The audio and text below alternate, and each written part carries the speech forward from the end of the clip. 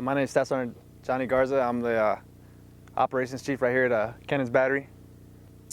Right now we're out here providing fire support in a training environment for the infantry in order to provide a more realistic environment for them to be able to close with and destroy the enemy. I think the main intent behind this training is to be able to provide in sync the massive operational environment at a division level between artillery, infantry, wing, tanks, mortars, basically all assets of fire support and all assets in a wartime environment to include logistics and support and supply support, convoy operations.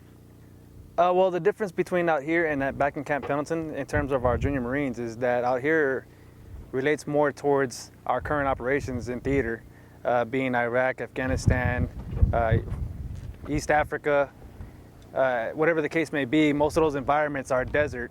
Out here provides the perfect terrain to be able to relate closer towards a desert environment, a mountainous environment like Afghanistan, mountain environment like Iraq was. More buildings, we have certain mountain towns out here that are as big as 134 buildings per town. And what's so different about that you can't get anywhere else? Well, the difference about this training that you can't get anywhere else is the training is a lot more accurate towards life, a real life situation. The scenario is more aggressive, more realistic.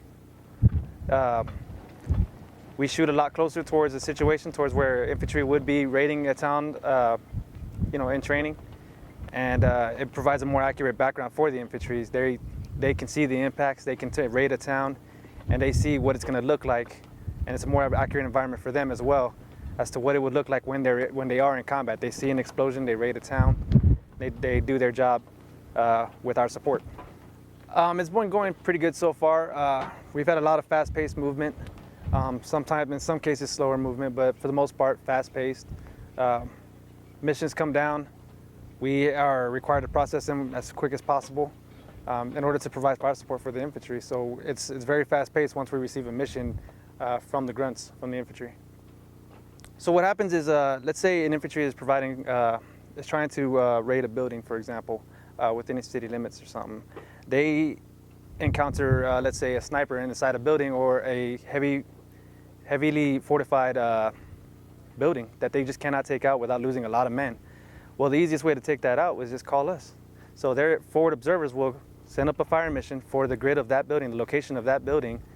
Let us know what kind of method they fire that they want on that building. Do they want us to just raid them with a lot of HE rounds, high explosive rounds, or one round? Do they want us to shoot through that window with an Excalibur round?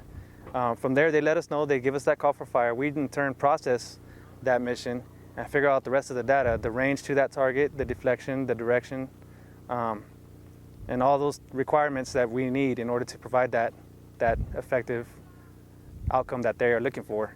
Once we come up with that data as fast as possible, we send it to our gun line. Our gun line in turn gets those rounds out too, so we can provide that support that the grunts want.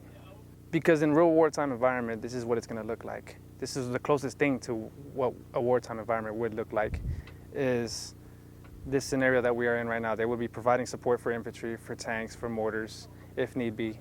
Even for the wing, when they want to hit a target that has anti-aircraft missiles, we can provide support by suppressing that target. We're probably the best at it because we can range a lot longer distance than mortars, and we cover a much bigger ground of effectiveness per round than mortars do.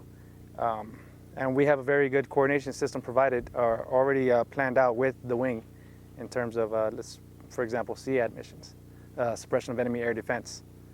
So those types of environments, those types of situations